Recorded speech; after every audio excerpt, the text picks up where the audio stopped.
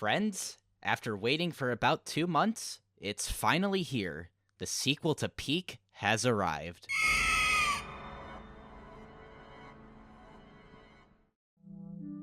March 3rd was designated to be the Mascot Horror Day, I guess. A new trailer for Poppy 3, and, of course, the sequel we've all been waiting for. I've made it no secret that I'm not a big fan of the Garten of BanBan series so far. I was a firm believer in the first game being an inside joke between two brothers who didn't expect their product to get nearly as popular as it did. In all honesty, I believe it's possible that Garten of BanBan 2 may not have even happened if the first chapter didn't get as much attention as it did. But with this being something I helped contribute into willing to existence, it's now something I need to deal with. But since the last game we covered on here, I honestly wouldn't be surprised if this is actually a breath of fresh air, as dire as that seems for the current landscape of mascot horror. In this game, I tell you, I had no idea what was happening half the time. Garten of BanBan 2 felt like Identity Crisis the game, with the Euphoric Brothers not letting us breathe for even 1 minute. Set pieces change on a whim, we get introduced to more sloppy and hastily put together lore, and we have fetch quest after fetch quest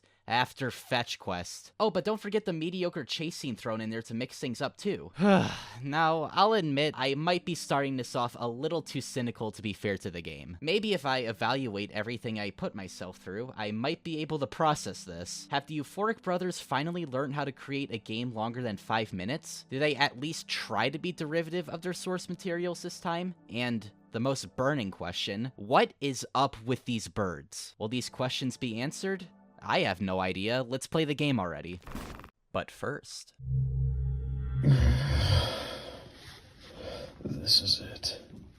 Now that I'm in this building, in this suit, maybe now I can finally be free of those awful, treacherous wasps. Now, we wait for the night to be... How did you even get in here? All this time and you still haven't learned, have you, friend? Learned what? Do you mean? Yes, you once again have not encrypted yourself with Atlas VPN. Atlas VPN. Now I remember.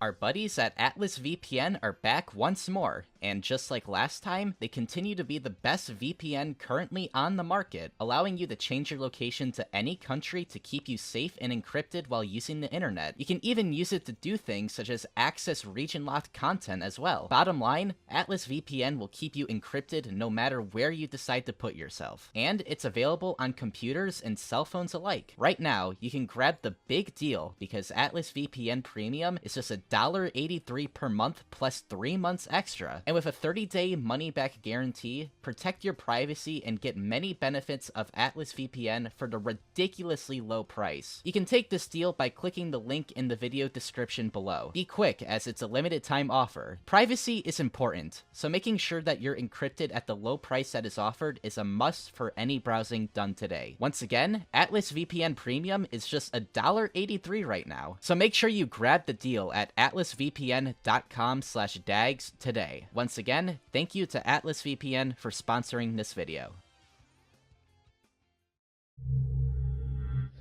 The information was always there. Now I can rest in peace. Lol, no, we're burning down the building too. Whoa.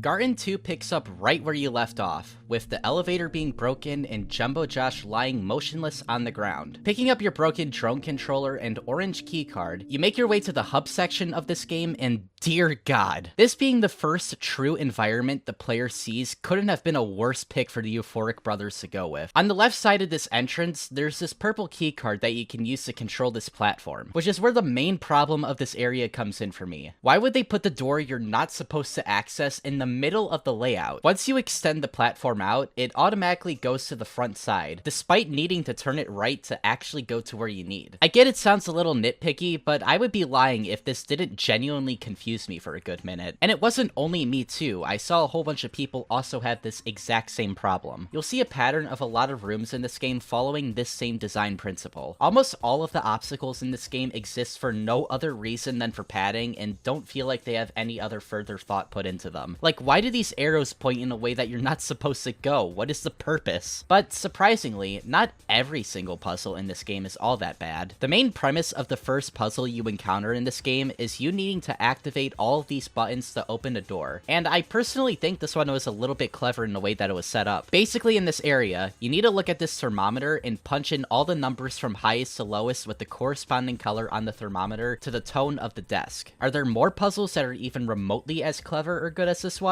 No, not really. Although I'm not a big fan of the puzzles in this game, I will still hand it to the Euphoric Brothers for at least seeming to try to do a little bit more this time. Even outside the core game itself, they added some optional cosmetic content in there too, which you encounter in this area for the first time as well. It's a little limited, but still, being able to customize the color of your drone and put a little accessory on it is a nice touch. Outside of that though, no optional drone color is going to overshadow how much unnecessary padding and fluff is in there for no other reason than to extend the playtime of the game. There are multiple areas in this game that consist of absolutely nothing but waiting for your slow-ass drone to hit multiple buttons in a room just to open one door. This isn't thought-provoking or challenging in any way, it's just lazy, formulaic, and boring. And somehow, it's even worse in this game than it was in the first. It just feels like these puzzles, if you could even call them that, were thrown into this game for no other purpose than the Euphoric Brothers ran out of ideas and needed to pad the game out just a little longer so people couldn't refund it. Things last for way too long, despite feeling like so much is happening at the same time. One minute you're running in a warehouse area, next you're extracting a substance from a bunch of dead Captain Fiddles, then you're in a classroom and need to give gum to basketballs with sunglasses, and then you're putting mini Opila birds into a basket. There's no rhyme or reason as to why any of these events occur in the game. It's practically just a copy and paste of the formula of the first game, just repeated for about another 3 times. I won't lie though and say BanBan 2 doesn't at least try to set itself apart from the original in some regards. One of the ways it does this is by adding voice acting in this game.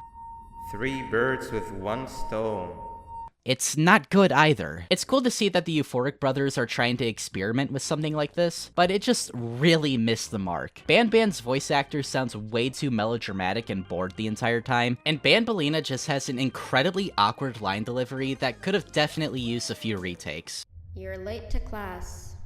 I'll let it slide this time since it's your first day, but be late again and I'll rip you to pieces. I'll be a bit more easy on the voice actor for BanBalina though. She's probably just some friends of the devs who doesn't have the biggest experience of voice acting, and she delivers a good enough performance. But BanBan is acted out entirely by one of the Euphoric Brothers, Geppo, and he doesn't even try. He just sounds exactly the same as he does in his developer commentaries, with no variation in his voice in the slightest. The only performance that I kinda liked was the snails, and that's only because I thought the echo they added to the lines is kinda funny. Hello?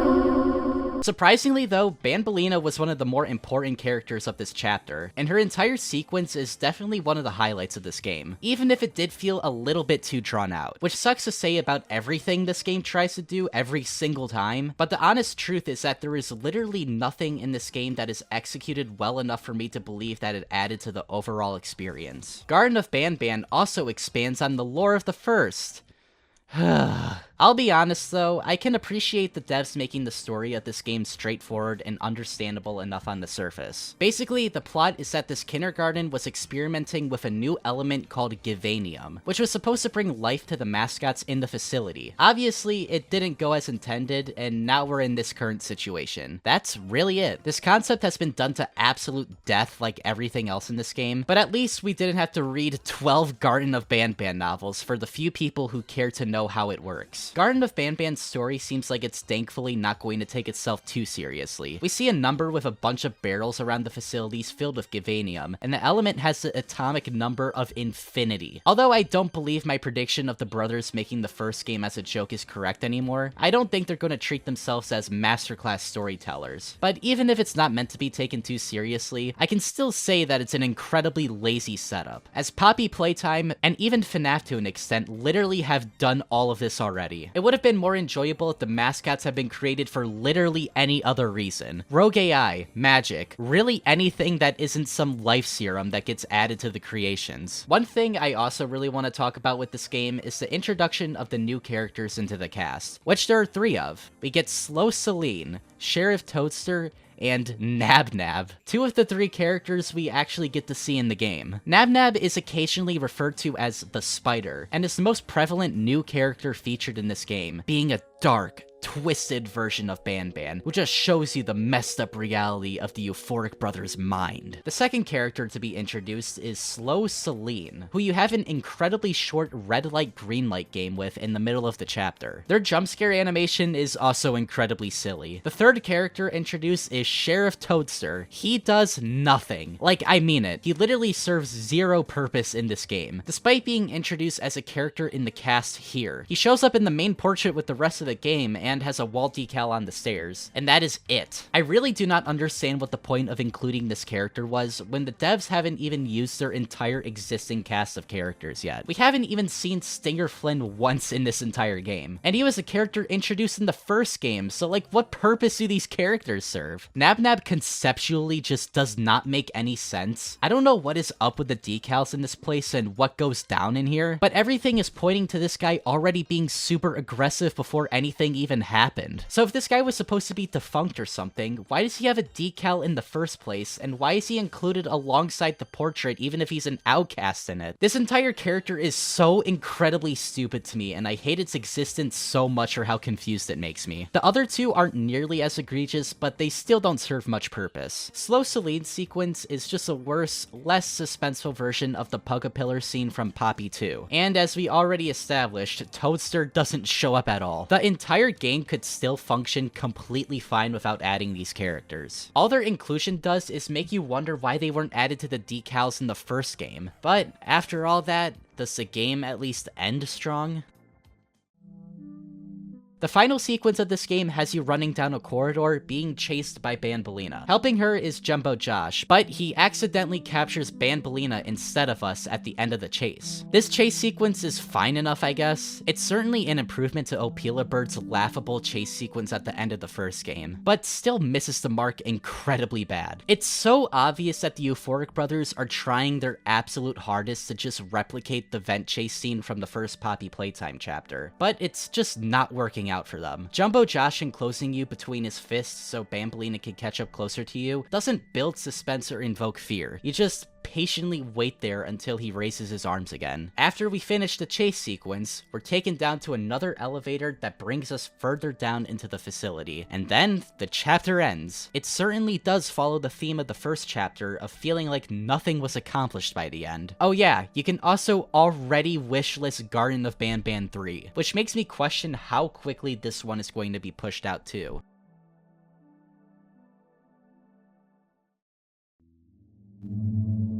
I made this video to see if I could have been proven wrong from my first time covering this game, and it seems like I was. I don't think the Garten of BanBan series going forward is something I'm going to be all that interested in. As funny as things like Nab-Nab and the baby Apila birds are, this game solidified to me in my mind that the Euphoric Brothers are going to take this project at least semi-seriously going forward, and I just don't find it all that interesting. Will Garten of BanBan continue to poison the water of the mascot horror genre? Maybe, but with all the negative attention that this genre has been getting in the past few months, I honestly have a sneaking suspicion that it might turn around sometime soon, as other devs look into the genre to see what not to do when making a good mascot horror game. Will that prediction come true? Only time can tell, really. But I think for now, it'll be more productive to start feeling more excited about what others could possibly offer to the table in the future, rather than moping about what we already have. Here's to the future of mascot horror. Hopefully, it could start to turn around a little after this. Alright, hope you all enjoyed it. 1 like equals 1 manifestation for Sheriff Toadster. I've been Dags, and until next time, see ya.